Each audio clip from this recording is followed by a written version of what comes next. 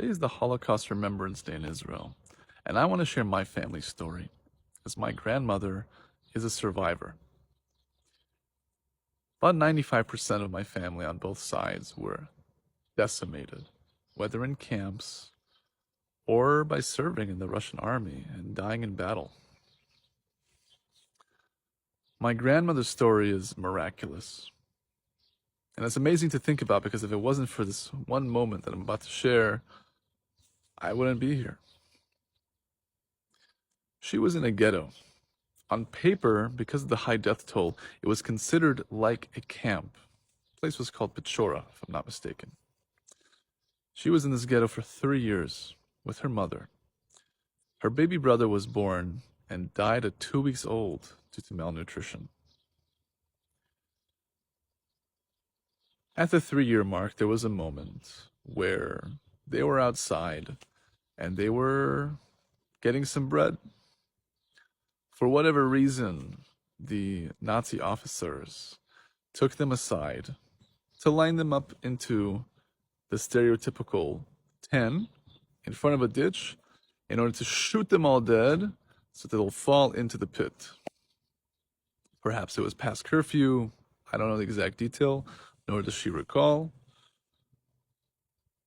So they're standing in this line, ready to die. My grandmother's mother was standing to her left and was holding her tight, ready for impact. They started shooting, going down the line. By her recollection, they were about in the middle. And her mother, in perfect timing, fell into the ditch, taking her with her, pretending to have been shot. She timed it perfectly. They were not shot. They laid on top of dead bodies. Dead bodies fell onto them. And they laid there in silence for hours. In the midst of the night, they got up and ran as fast and as far as they could.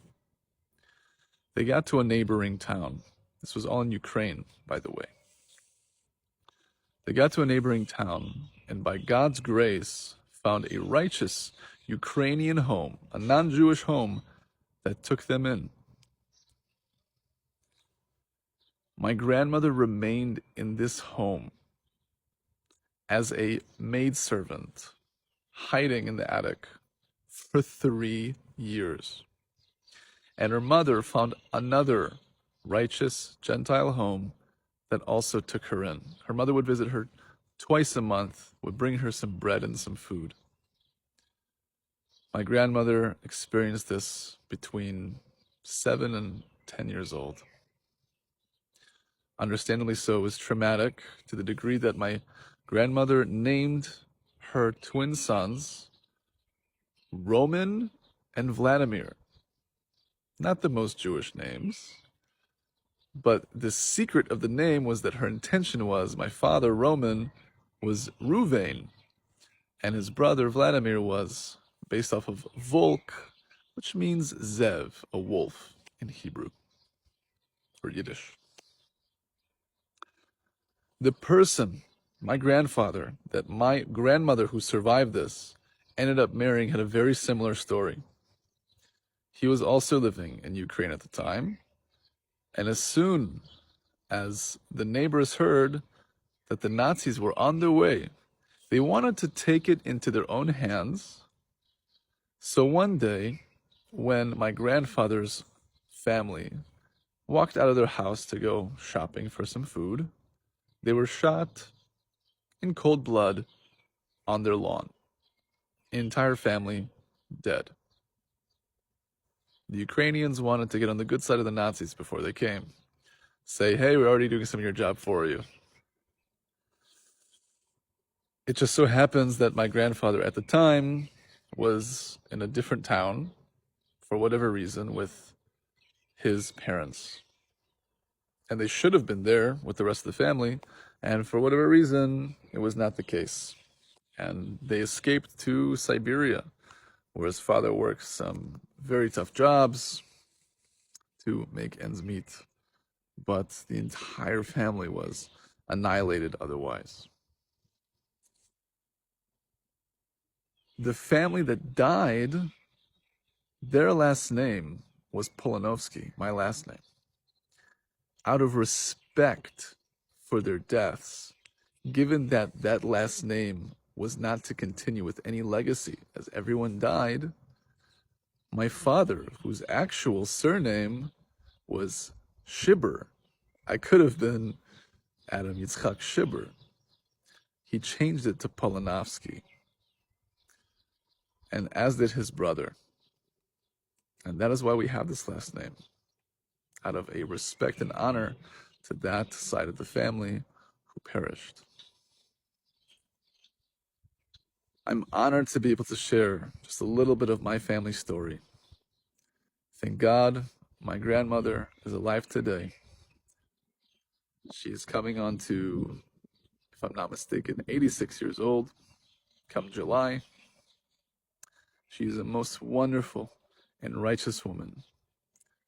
I remember my childhood vibrantly, thanks to her, as every weekend she would visit, and we'd go for long walks to the park.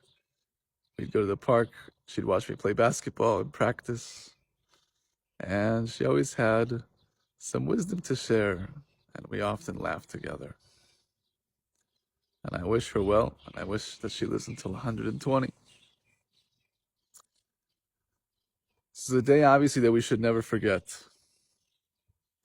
And the bitter truth is that another Holocaust is very real and is very possible. And it's due to our baseless hatred.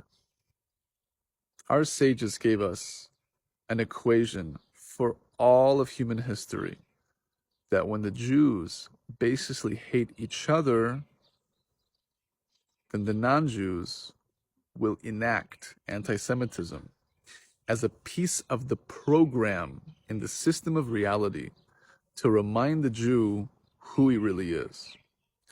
Meaning, the Jew has a mission, a responsibility to cultivate their own inner work and reach slowly but surely towards unconditional love for all of humanity.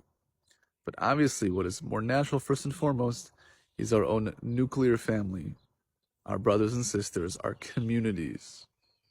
If we can successfully build a community in the state of Israel of unconditional love, then we can teach that to the world.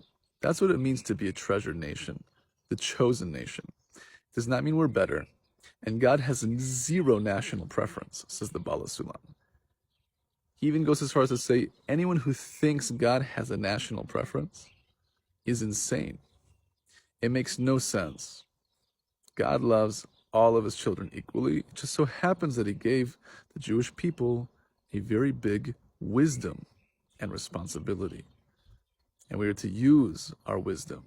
We are to use the inner dimensions of the Torah, Kabbalah, and the science that is the laws of halacha to slowly but surely build ourselves towards unconditional love and express that and practice that with each other.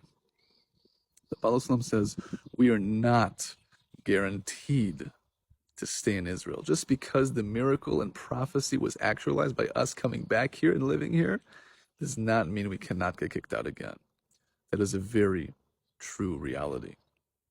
So it is in our best interest to never forget this atrocity.